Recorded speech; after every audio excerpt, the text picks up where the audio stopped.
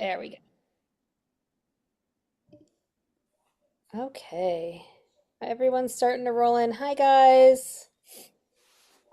Hey, hey. I don't know about the rest of you. I am near Philly, and it is miserable weather here. Like, it has not stopped raining, and it's apparently going to rain all weekend. So I know it's super awesome. How about the rest of you? You can type in the chat what's going on where you are. How about you, Lauren? By me, we had 4 days of rain in Colorado, which we never have rain like once a year. So now we're back to sun. Nice. So you sent your rain up our way. I did, but we did need rain. So hopefully you guys do too. Well, we didn't need this one. Yeah, yeah, it's right, Katie. It's gross and rainy in Brooklyn, and I bet you it's the same. It's just gross. It's just been gross. So super awesome. All right, well, it looks like we've got a fair few folks and some people that I don't know, so that's awesome. Um, well, hi everyone. I'm going to go ahead and introduce our amazing speaker momentarily. And before I do, I just want to do a couple of housekeeping items. So, first of all, I wanted to remind everyone that we have our support group immediately after this meeting, and I will drop the link a couple of times in the chat. Everyone is welcome. It's a very relaxed group. We'd love to have you join us.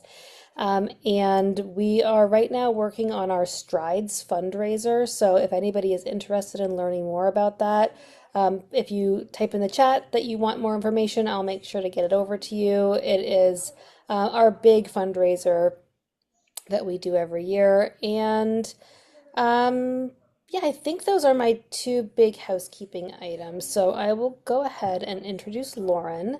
Lauren DeValk is an occupational therapist who works at the Children's Hospital of Colorado. She has experience in community clinic, hospital, and home-based settings. That was really hard to say. And helping individuals of all ages and their families adapt their lives in the context of a wide variety of neurological impairments. So I'm really excited to hear what Lauren has to share with us tonight, and then we will have some time for Q&A afterwards. So we can, think about what kinds of challenges you guys have and maybe brainstorm together. So I think it'll be really good. So Lauren, without further ado, the floor is yours. Okay.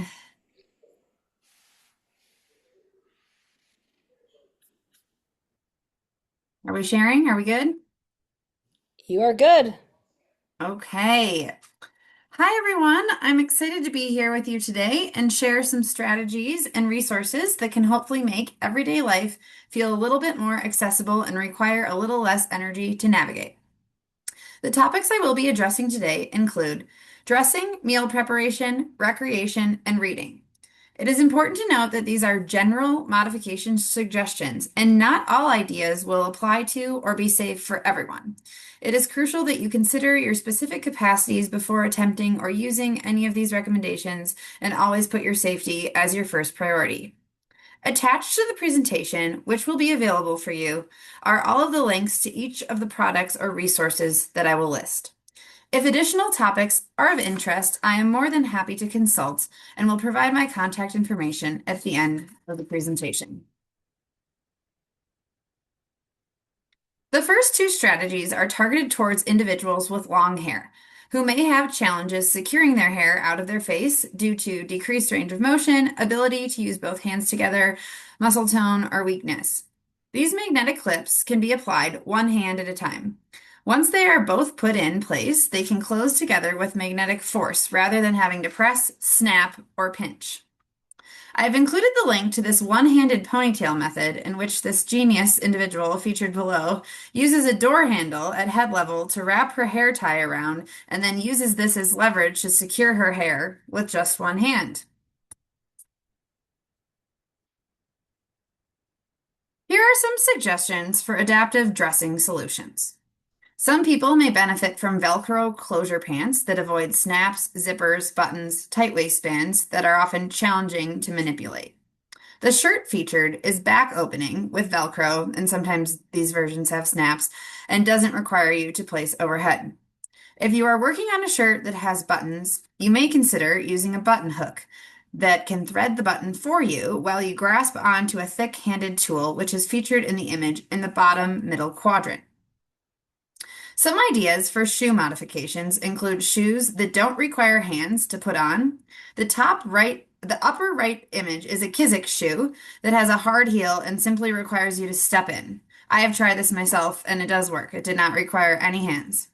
I have included some ideas in the resource slides on one-handed shoe tying methods, most of which suggest stepping on the lace to hold it down if you can't use your affected hand to do so, is featured in the lower right quadrant.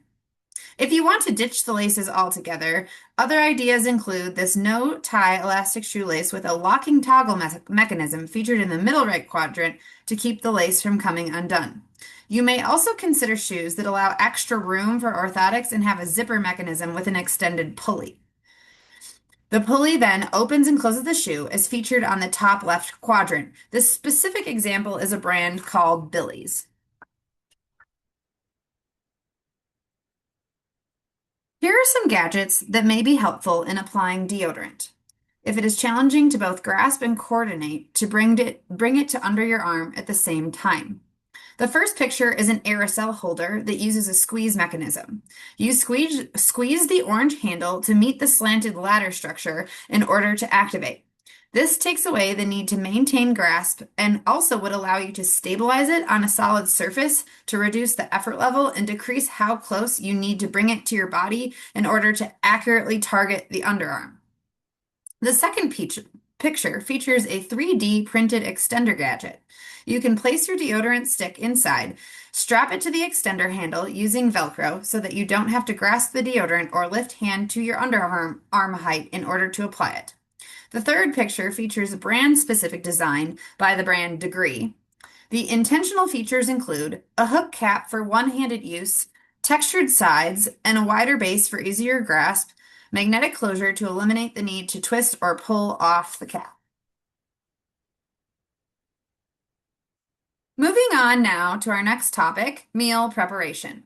There are quite a few tools designed to make things in the kitchen easier if working with decreased grip strength, hand weakness, overall fatigue, ability to stabilize with two hands, or related concerns. The first tool is a Dyson cone, and that is featured in the top left-hand corner. It can be used to make things easier to grasp and twist, such as bottles and jars with its sticky texture. You simply place it on top of a jar and twist it. The image on the top right features an example of an adaptive cutting board with several features. You can see this onion, but what you can't clearly see is that the onion is placed on nails that hold it steady to allow for one-handed cutting.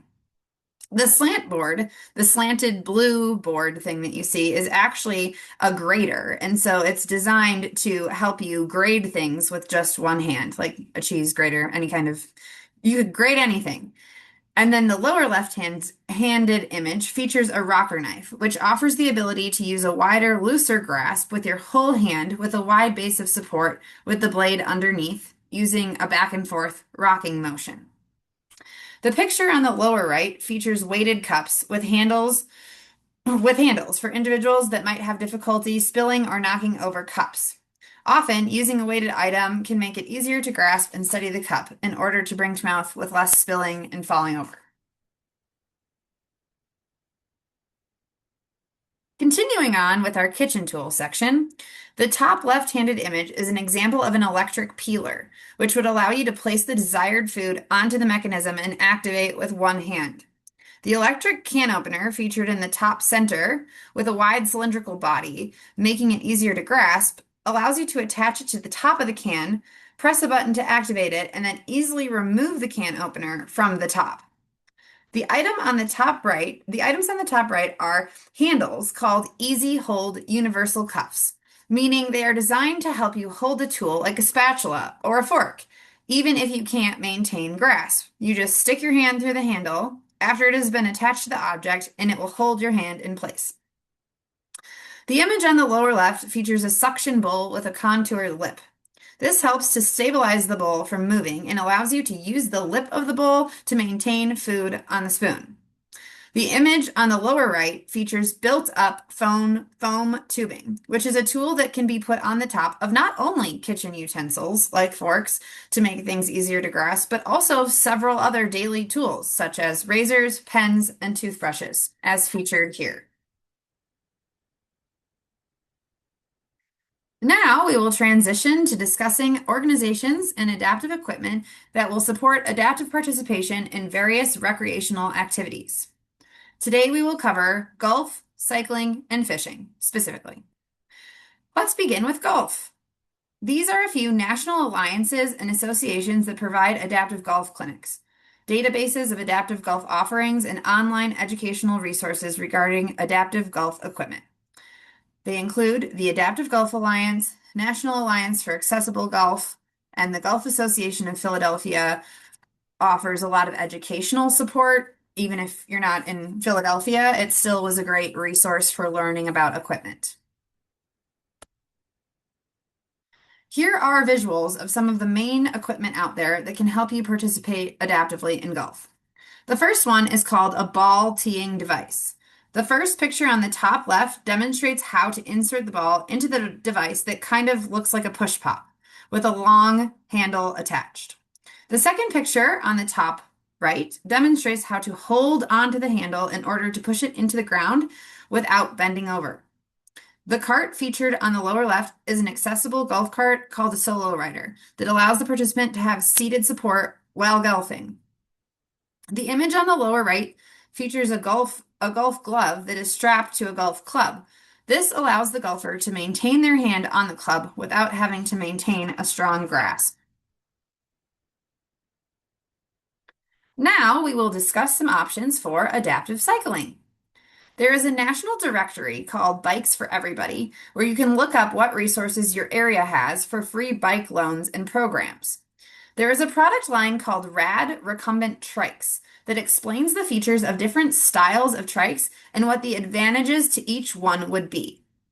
For example, it has an article explaining how to choose between the two different recumbent bikes that are featured here. The Delta, which is featured on the left, and the Tadpole, that is featured on the right. The overall consensus is that the Delta trike is probably overall more accessible than the Tadpole due to being easier to get in and out of because it sits higher off the ground versus the Tadpole, and that the Delta also offers increased stability and back support. So it can be a good guide for letting you know the differences when it just says trike, but not all trikes are created equal. Moving on to the common pieces of equipment that can be used to make fishing more accessible. The first item on the top left features a fishing palm cuff that is attached to a fishing rod. The fishing pole that is featured allows this specific cuff to attach to it after you place it onto your palm so that you can reel by using your whole arm movements without having to grasp. The fishing waist belt, featured in the top upper right, demonstrates how to attach a stabilizing belt around the waist and insert a fishing pole into it in order to have more stability and support with balance necessary to manage the weight and manipulation of the pole when heavy with a big fish. There are devices that make tying knots easier, for fishing lines specifically, which include the Hook Easy, featured in the lower left, and the Tie Pro, featured in the center right. I have attached a link in the resources of a video detailing how to tie a fish hook one-handed specifically using the Hook Easy. Regarding the Tie Pro, people report enjoying it because of the hook threading feature, which allows you to hold on to a clothespin-like tool while threading the hook through an opening hole, making it easier to stabilize in your hand.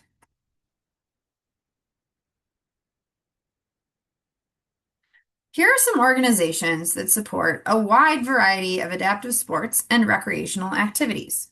Adaptive Adventures, although based in Colorado, offers national and international adaptive recreational trips that can be multi-day to week-long in length for outdoor activities such as rock climbing and whitewater rafting. The Challenge Athletes Foundation offers national adaptive recreational programs and resources. It also offers information regarding what kind of specific equipment is recommended for each specific adaptive sport.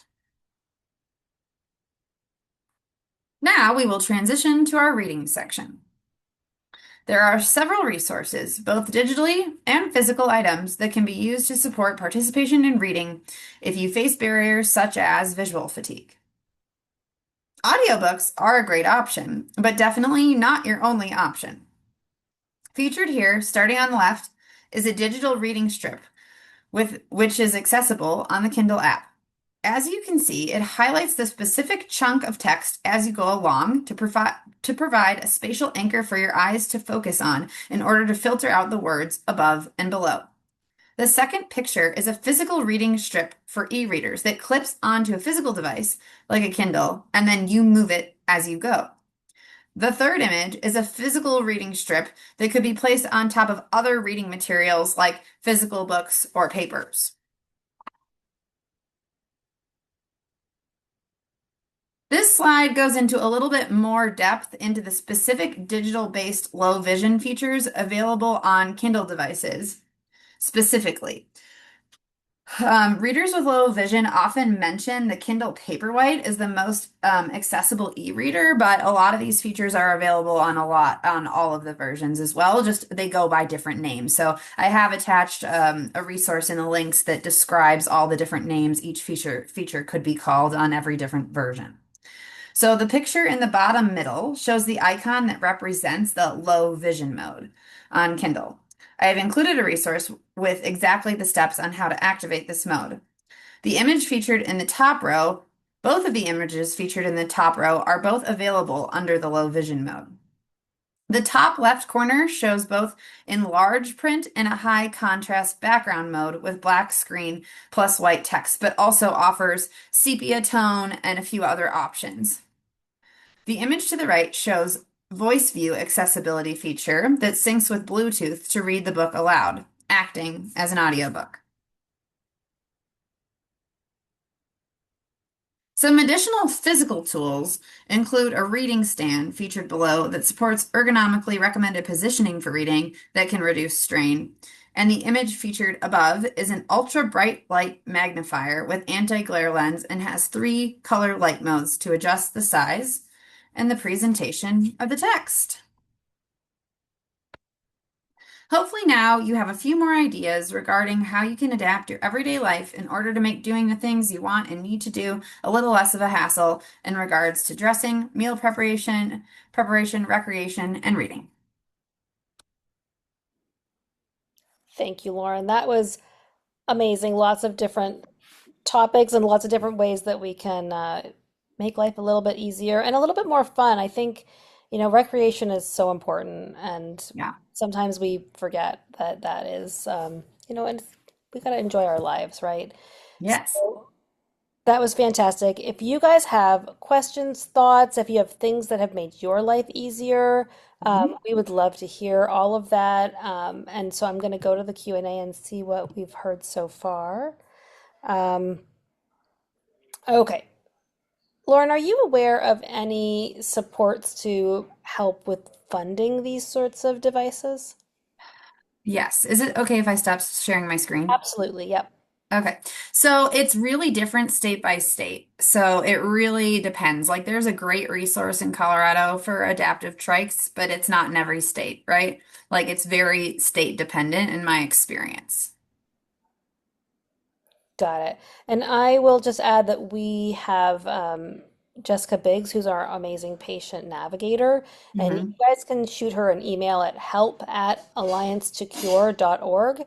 And so she can help you kind of like research if there's something in your area that might help. I would say generally, though, there's not uh, so there's not usually financial help to get like the smaller items. So if you need a special kind of pen or scissors or Right. kitchen equipment, that's going to be something you'll be funding on your own. But there are supports out there for the bigger things. This we also are hearing that glass can be tricky because it can break. But what are your thoughts on like do they tell you if these things are BPA free or like how are we making sure that we're not getting things in our food that we don't want? For the silicone cup. I think it's more regarding Sure. the the kitchen tools in general. Yeah, I mean that's a great question. No. No, I'll be very transparent. That was not part of the layer of research that goes into this or what I've used. That's a great question. But unfortunately, right, like they make these more inaccessible, right, more expensive. And so that's what they are always, kind of highlighting is the feature and not the product contents, which is a great point. Yeah, yeah. And you know, the priority is making it available for people to be able to use. And while the other stuff is important too, it's we can't have everything. Can't have it all. All right, so another meal prep question. Hmm. Recommendations for skinning, cutting potatoes. I know you showed the one device. Would that work for potatoes too? Yep, yep, the one-handed peeler does work for potatoes, but also I wasn't able to show it because the picture got cut off, but a lot of those cutting boards have like 7 features. They're kind of like a resort in one inclusive package, and it does also have a one-handed peeler mechanism on there along with the grater. So a Nice. lot of those, if you start searching one-handed cutting board, you're going to come up with like right there, least expensive to more expensive, and the more expensive are going to have several features. Yeah. And the electric cutter, would that work for potatoes? I can't remember what it had on it. Was it an apple? The electric peeler had an orange. Okay. Yeah. Would it work for Yeah, potatoes? I've seen one with a potato. Yes, actually my colleague in OT said she did it with a potato. So I can vouch that it's been done with a potato. I can't promise it was on that brand on that link, but it was very close. The thing she sent me that she did with a project was a potato. Nice. And then any particular mandolins that you recommend? Mm. I have to say I didn't see that come up yet. And also just I don't use mandolins that often. So what is the feature behind that? Um, I think they're looking just to cut veggies. And can I just say that what my secret is, I mandolins are wonderful. They really are, but they also are a really good way to like cut yourself pretty Mm, heartily. hmm. So I love my food processor. I use my food Okay, processor yeah. all the time. I probably use it like 5 or 6 times a week. It's I have lots of different blades. So I have like a blade that cuts super thin, and then I have blades that cut thick, and I have a blade that'll julienne things. And I'm Hmm. telling you that food processor, it grates, it does all the things. And I really, because I honestly, I own a mandolin, but I'm afraid of it. Um, yeah, you can cut yourself really badly on those. So Yeah, definitely, food processors in my mind are a great option. Yeah, safer, and you can get a very similar effect. So that yeah, might good be point. worth investigating too. All right. So, what are your thoughts about this? We're switching to shoes. We're switching to Oh, shoes. I love a good shoe question. So this person is saying they have a really hard time bending their knee, so it's difficult to get shoes on, Yeah. or pants also. Do you have any Hmm. thoughts there? Yeah, so I think, well, first of all, there's probably also an issue with socks, which I guess I didn't mention a sock aid, which is, you're right, something that can be used to put on socks. Sometimes it's more cumbersome, right? Depends on the person. The pants for the knee, for the non-knee bending, definitely recommend looking at positioning and, right, and looking at seated and then looking at like, can you put an ottoman under or what can you do to kind of bring it closer? And then wrapping the pants. So like potentially the Velcro pants could be an option or just always loose, always something loose with a waistband that allows you to not have to fight that part of it, right? To Yeah. put on and to put on in a position that just takes less fatigue. And then for the shoe, I guess I'd be curious, like what kind of shoe are they using right now? Or how do they get the shoe on? Diabetic shoes, the Velcro shoe, slip on. Uh, that Is was a that them? Different person. Yeah, that's Oh. a good person. Jeff, do you want to let us know what kind of shoes you're wearing now? While we're waiting for that, I also was thinking when I read this question, Lauren, those Mhm. step-in shoes you showed might be really helpful if you can't bend your knee enough to. Exactly. So I guess I was going to ask depends on his standing balance, right? Hmm. Yeah. So, And if he has orthotics, because those Kizik's aren't as compatible. And I think they are working, or I mean, I guess I'd like to be they're hoping they're working on a wide on a yeah, wide version so they can be accessible because they are made to be an accessible line. So got it. yeah. And also not having high top is not as good of a support, right? So Kizik's versus the Billy, Kizik's does not yet, to my knowledge, have a high top. So Got it. sometimes, right, that's not an option for people. So you just have to know that it has a little less support, but it's great for no hands. Right. What about, do you think you could use those shoes, the step-in shoes, from a seated position? So like you're sitting, you slip your shoe Yes. and then stand up. Yes. Yes. I think you can. Okay. So those are some thoughts, Jeff. I'm not sure if they're helpful, but yeah, worth a go anyway. Um, all right. This is a great question. Do you have a solution for scraping batter out of a bowl after it's poured?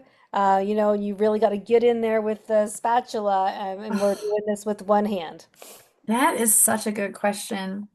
Um, Okay, so I did see something, and I haven't tried this myself, and so I'm not gonna promise anything, but and maybe I'll just have to ask if anyone's had this experience with with a spatula that has that's also a flipper, and I think it's mainly used for eggs or flipping things, and you can pinch it and squeeze it, and so potentially you could like scrape it in and then pinch it and take it off. And I It's a spatula that has a double layer on it, and then it like closes. So it's got like silicone top, silicone bottom, and then you pinch it, and inside of it you could get the batter stuck. I think Rachel is baking. I think she's trying to scrape a like brownie mix out of a bowl after baking, get that last little bit out. Right. Yes, I know. Okay, That's okay, got it. I'm wondering if you can get it pinched within this thing, but I guess Okay, it's not helpful because I'm not sure. I need right. to bring the image of the thing that I don't even know what it's called. But I think that that is what came to my mind was this thing you could pinch with. Do you know what I'm saying? It's a I think flipper. yes, I do. I do. I Uh, don't know what it's called, but I don't actually know that that would even be helpful.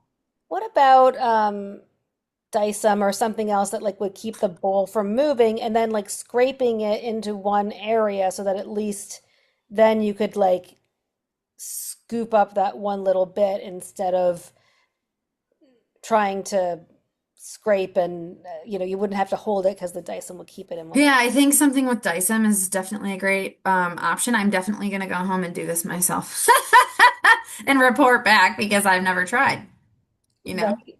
That's part of And it.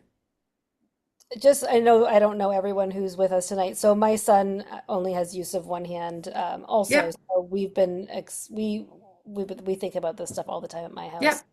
So I'm wondering, Rachel, about this is what Trent would do. He would shove it in his armpit. He would hold it in his In armpit. his armpit. Yeah. Yeah, and scrape Mhm. it with his other hand. He'd do it this way because he wouldn't use that Mhm. hand. So Right. I don't know if that would be a choice or was an option. I know like Flip everyone has it, turn, different and grab a abilities. spatula. Okay. Oh, yeah, that's what I was talking about. The flip, turn, grab spatula. Oh, very good. But then yeah, because the bowl, if you do like what you're saying, like a more of a silicone bowl that was grippy, that's Mhm. what I think I would do. Or could you put the stuff in a suction bowl?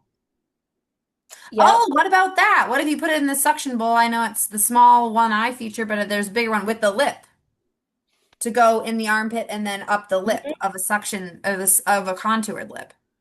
Yep. All right, we got some ideas for you, Rachel. Let us know. We're gonna work on it, Rachel. I'm gonna You're go gonna have home to and try. come back and let us know how they work, But okay? silicone, Dyson using your armpit. There you go. Just lick it out. That's Look right. it out. Perfect, That Rachel. is a really good one. Love it. All right, let's switch gears to writing tools. So Okay. this person has weakness in their left hand and struggles to write for longer periods of time.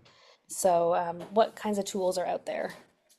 Yeah, so I know we had already talked about that someone in the community really enjoyed the T pencil, which I'm welcome or I'm happy to share what that is. I don't it's probably very hard to describe without seeing because it's kind of odd, but it has like a U, right? A U mechanism and then you can rest your hands in it like that for a different shape. There's a lot of other grippers out there. There's a couple of, wide. There's a lot of wide grip. There's a lot of grip. There's the tube that I showed on the kitchen utensils, the built-up foam tubing. Sometimes that can be enough. And they have a lot of different versions of those. They have contoured ones that have more texture. They have ones that are just foam. Yeah, and then dictation apps. That's a great idea. Word prediction. Yeah. Yeah, love it. And I also sometimes like to nose around on those like adaptive tool websites. Yep. Yeah, there's stuff out there I didn't even know that existed. And yeah, you'll find all kinds of stuff if you just get Yeah, there's some cool curious. stuff. Yeah, there's some Mhm. really neat stuff out there. And there's new stuff all the time too. So, you never know. 2 weeks from now, there might be a Genius pencil available. All right. The bloody thing won't shut up. You take the pills. The pill dispenser with an alarm. Right. That's a great idea. Right. Well, and I know, Jeff, we've talked about like I am a huge lover of my Alexa. The reminders on Yeah. my Alexa are I would forget many a thing. Or like sometimes I forget like I plan to do the thing and then I it reminds me and like if I didn't have it reminding me every hour until I did it, then I would be like it would just be checked off in my head. So, that is a great option. I don't they probably do have pill dispensers with an alarm, but my Alexa does that for me, which I appreciate. All right, we're going to talk about balance problems. So this person has balance problems and they use a cane and they have a dog that pulls. Oh boy. So they're wondering about, do you have any thoughts about no pull harnesses or if no pull harnesses are good to keep the dog from pulling on them? Oh boy, that's a hard one. No, I don't. I don't have a lot of understanding in that area of no pull harnesses. Huh. Does anyone? I really don't. Do you guys have thoughts? Anybody else have a similar problem? Feel free to just write it Yeah, in the just chat let's or just chime in. while we're waiting, I will add Rachel gave us a tip. She finds that claw clips have been really helpful for putting her hair up. That's a great idea, Rachel, because they you can Which get one? claw clips. Yeah, yep. That's featured on the links. Yep. Yeah, so that has been helpful for Rachel one-handed. And they have a lot of different sizes. Yep, and they can look really cute too. They So look super cute. Yeah. yeah, love that. Thanks, Rachel. Um, Shaving your head that is, we is actually have extremely helpful. we have a couple people that shave their head or keep their hair really short because it just is so much easier. So, um, all right. So, Caroline, the links, I'm going to send out the slides probably tomorrow, and the links will be there for the kitchen items. If you are looking for a really particular one, though, let us know. And I use a waist leash for walking. Oh, okay. That still is probably a little tricky if you use a cane. But yeah, stabilizing.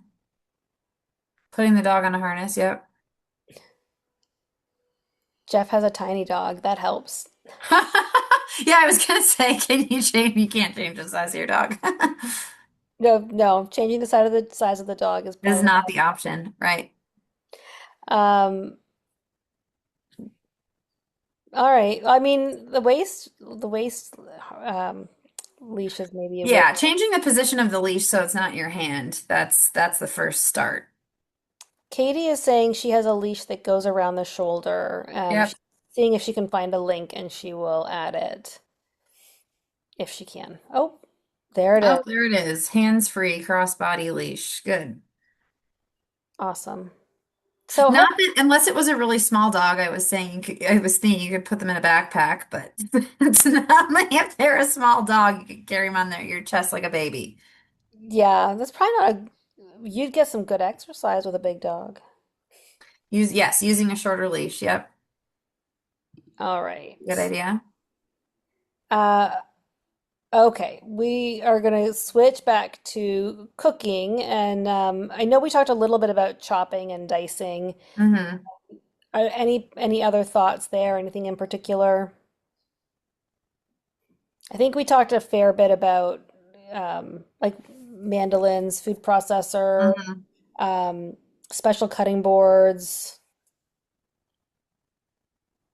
The only other thing, yeah, I can think of is blending, right? Blending, bullet, that kind of thing.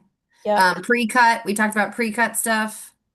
Yeah, pre-cut stuff is great, Yeah, and so much of it. And, it does, unfortunately, it is a little bit more it's expensive. pricey. Yeah. Yeah, but if it's that or ordering takeout because you can't make it happen otherwise, then it's definitely going to save you money over ordering food in. So, What is this e-collar? That looks interesting.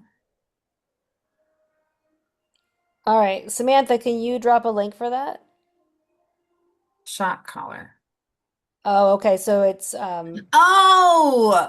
Just so okay, so you're just keeping them within range. Is that what they're saying?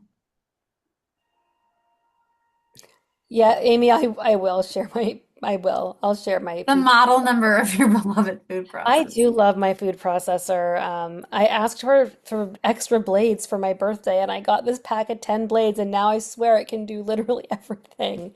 There's nothing my food processor can't do. Um, all right. I'll find the link and I'll share it. If I'll send it to Lauren and see if we can't add it to the other links. Yeah. Okay. Christina's saying, you can put your, okay, I'm going to just read this. So we're wondering if anybody knows what this is called. It's rubber, and you put your index finger and thumb in it, and then you can hold things like an onion and cut the onion. It helps to not cut your hand. Yeah, yes, I do. A silicone grabber thing. Okay. I don't also need to find out what it's called. I don't know if it's just the index, but the one I know is kind of like a mini, not an oven mitt. Not an oven mitt. I think I know what they're talking about. And it will also probably keeps things from slipping. Yep, yep, it's similar to Dyson. A similar texture, but it's different. Nice. Let me see. Are you guys familiar with Dyson? It's this like I can't it's sticky. I know it's hard to describe. It's called a Chef Craft silicone grabber. That's what I'm thinking she's saying. Can Does that you? Oh no, No, we it's too can't see it. blurry. No. Let me. Is that what you're? Sorry, I didn't catch her name. Is that what she's thinking of? Does that sound right, The Christine? Chef Craft silicone grabber. Um, well, let us know. That's certainly worth investigating. Um, all right. Pop it in the chat, Christine, if that seems like it's the right tool. Um, oh, okay. So we're talking more about cutting onions. So, when you get teary when you're cutting onions, and it makes it more, you can't see as well, so you might cut yourself. So, any tips on onions? The food processor is my tip, but Yeah, yeah. I think that's the one I would say too, because everything else is gonna have more stability. yeah. I mean, when I cut a bunch of onions in the food processor, I'm still crying, but at least I'm not cutting myself while I'm crying. So, Right. and I've seen people wearing like goggles and other wacky things like that. So People do wear goggles. Yeah. there's things out there. Um, Wait, sorry. I just found the thing. Well, I want to ask her if this is it. Is this the thing?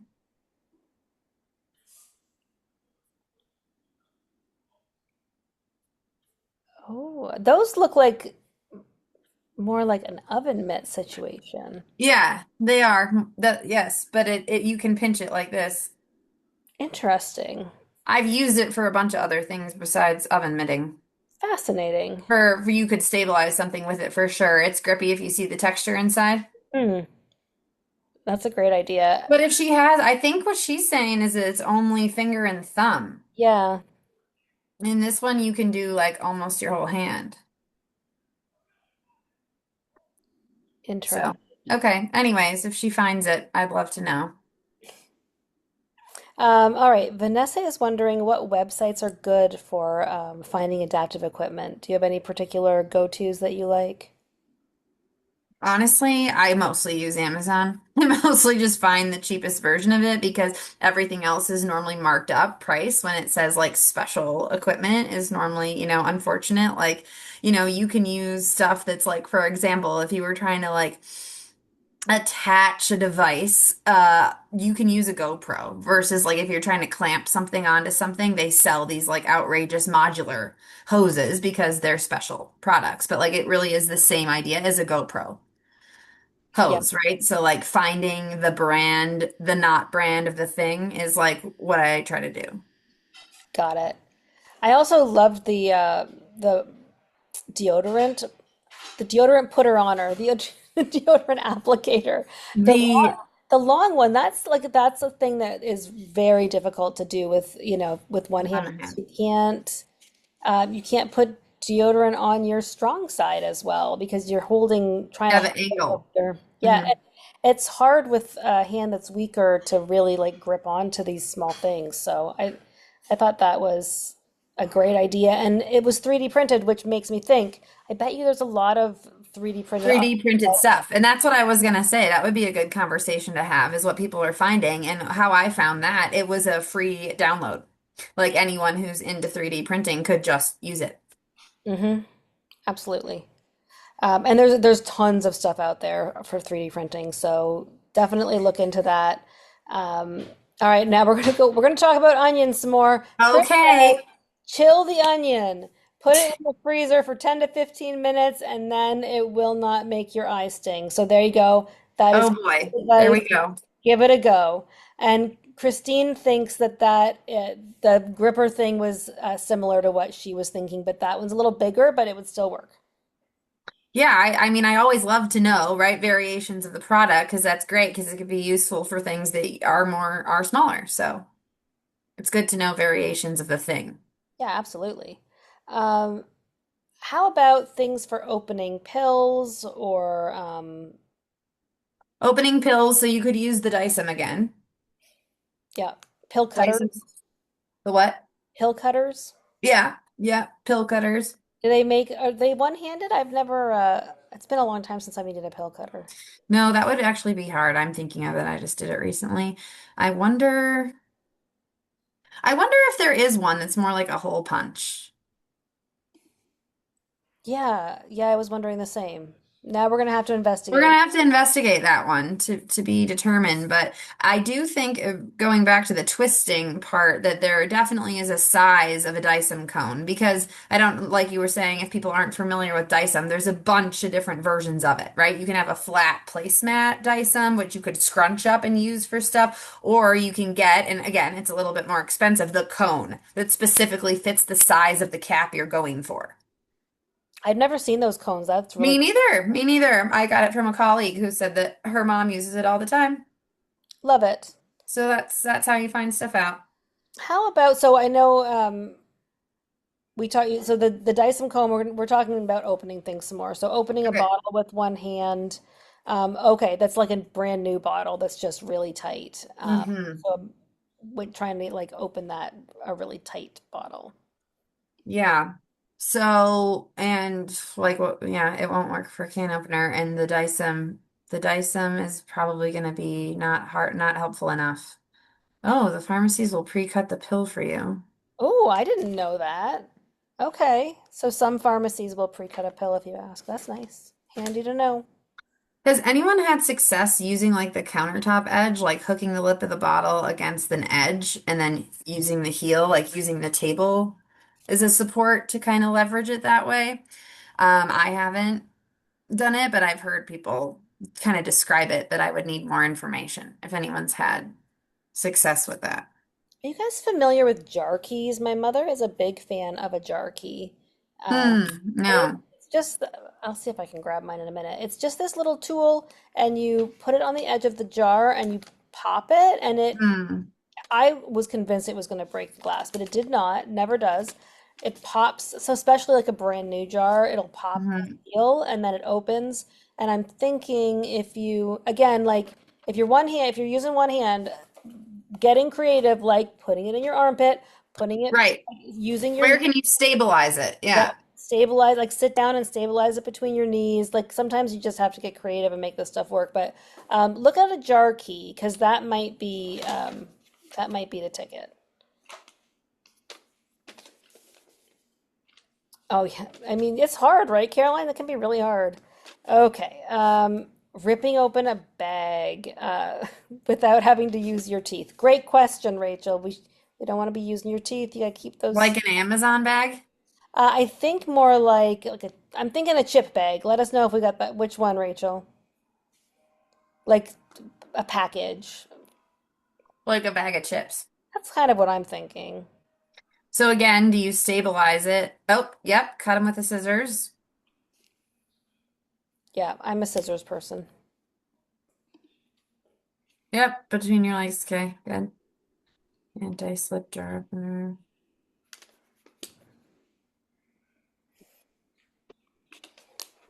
Yeah, that's what I was gonna say. Scissors.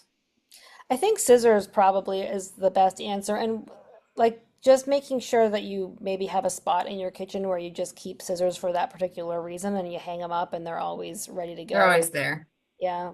Otherwise, if you're anything like my house, they'll end up, in the craft cupboard that, you can never find anything in. Does anyone have a hard time using scissors?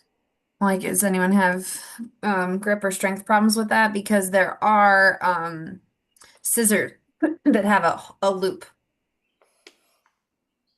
Yeah, The loop scissors. I love the The loop scissors. Yeah, they're just called loop scissors. They remind me of like a garden tool. What is that called? Oh, I don't know. But they pop back open, which is handy. And there's I have a pair of scissors labeled leave near the stove. Yeah, that's good. perfect. There is Fiskars makes scissors that like auto open. So if you're, Uh-huh. and they are a nicer scissor if you're looking for something to use for like maybe cutting fabric or something. But then you don't have to, it pops open. They've got like a spring and it pops back open. So that's another scissor hack. All right. We answered a lot of questions. We are towards the end of the Q&A. Do you guys have any other questions, thoughts? We'd love to know what works for you. Yeah. What are your secrets and tips? Um, okay, we're getting food processors in the chat. Love it. I'm trying to think. Um, so when Trent was younger, he did like a one-handed typing program. Okay. Learning to type one-handed was absolutely life-changing for him because, Mhm. you know, and it uses a standard keyboard. I think it was just called one-handed typist. But it lets you reach the strategy is that you can reach all of the keys with Hmm. one hand and you just change out the home keys. So, Oh, yeah, cool. Yeah, I haven't done that one. yeah, it's like different home keys than what you typically would use. Um, all right. Allison is wondering what motivated you to get into occupational therapy and this sort of work. Oh, well, I grew up around it. I had a cousin who had a disability, and so I always just was like, how are we gonna get Aubrey to do things, right? Like, is she gonna use her eyes to make a choice? Is she going to, you know, is she going to, yeah, strap on a cuff? Like I was using universal cuffs when I was 5 to be like, okay, she's got to paint. How is she going to do it, right? Like limited mobility, limited speech, limited ability to, participate really in anything. So it was just kind of like, what could I do to play with her? And all of that had to be adapted. So it really started there. It started in my interest of helping people also speak, which is one of my other specialty areas with their eyes and using augmentative and assistive communication devices. So learning how people can communicate with computers, right, and iPads. Love that. Um, well, I have another topic that I think we can maybe chat a bit about for a couple minutes and then we'll wrap it up. But I know in our community, a lot of people have issues with just general fatigue, just being tired and having a hard time like finishing a task or or just getting through something. Even, I've heard from some folks that it's even hard just to like sit and watch a whole TV show. It's like it just can be really tiring with a brain injury. Hmm. So neurofatigue is a real thing, and a lot of us are struggling with that. So um, I don't know if you guys have any suggestions in the audience, what's been helpful for you guys to deal with fatigue, but I wondered if Lauren had some thoughts.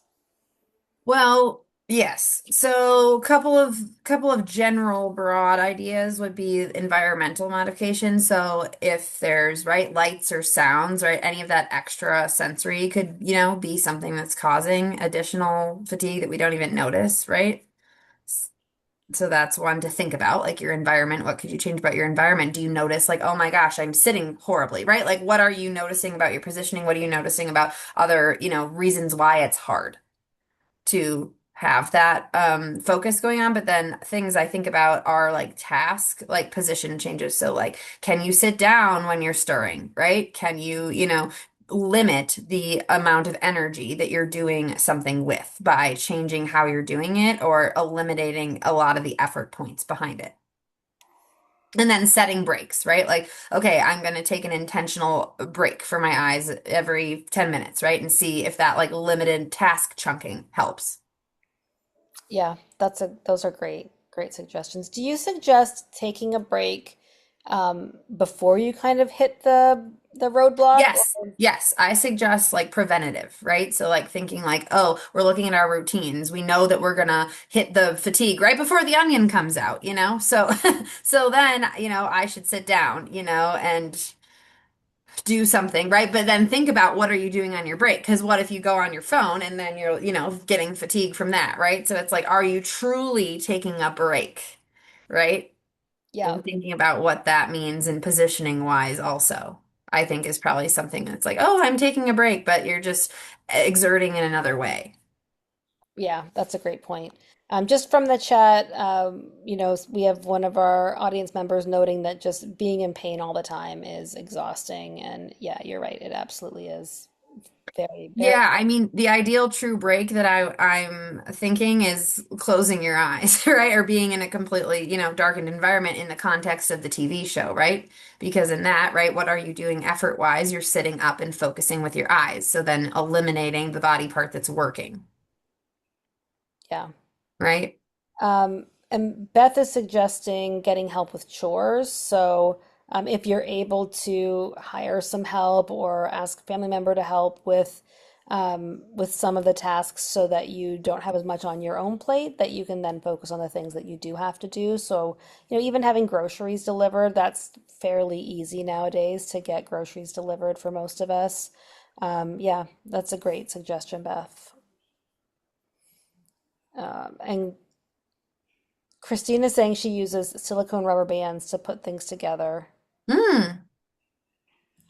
Nice. Um, I love that question, Amy. What does a true break look like? Yeah. Yeah, it's a great question. I think, thinking in the context of visual fatigue, but there's different for different topics of the body, right? That just made me think of like Mm. looking at your phone wouldn't be a break from the TV, Right. right? Because it's a screen to screen. Yeah.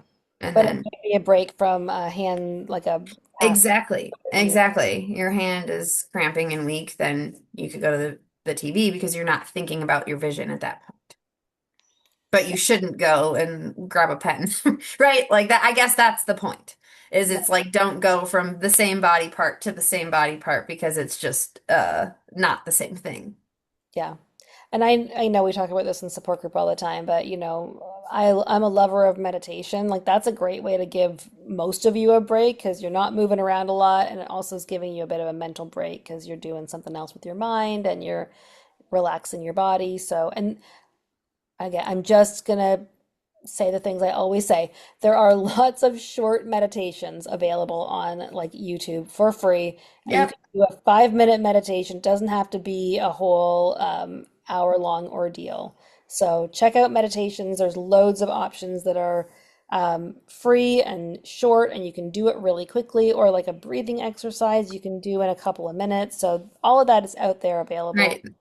Yeah, that's what I was gonna say was breathing because that also then helps like regulate, right? The whole body connection there and like brings down, right, some of the systems that could be activated, right, as far as heart rate Right. goes. So Yeah. like that could be two birds with one stone of activity tolerance and giving you a little bit more there of really checking in with your breathing Yeah. Yeah. for Great idea. multiple reasons. Absolutely. Yeah. And we mean living with neurofatigue is it's a challenge and it's hard. I think what we see and what we talk about a lot in our Hmm. community is that people don't see it. No one else Hmm. sees it. And so Invisible.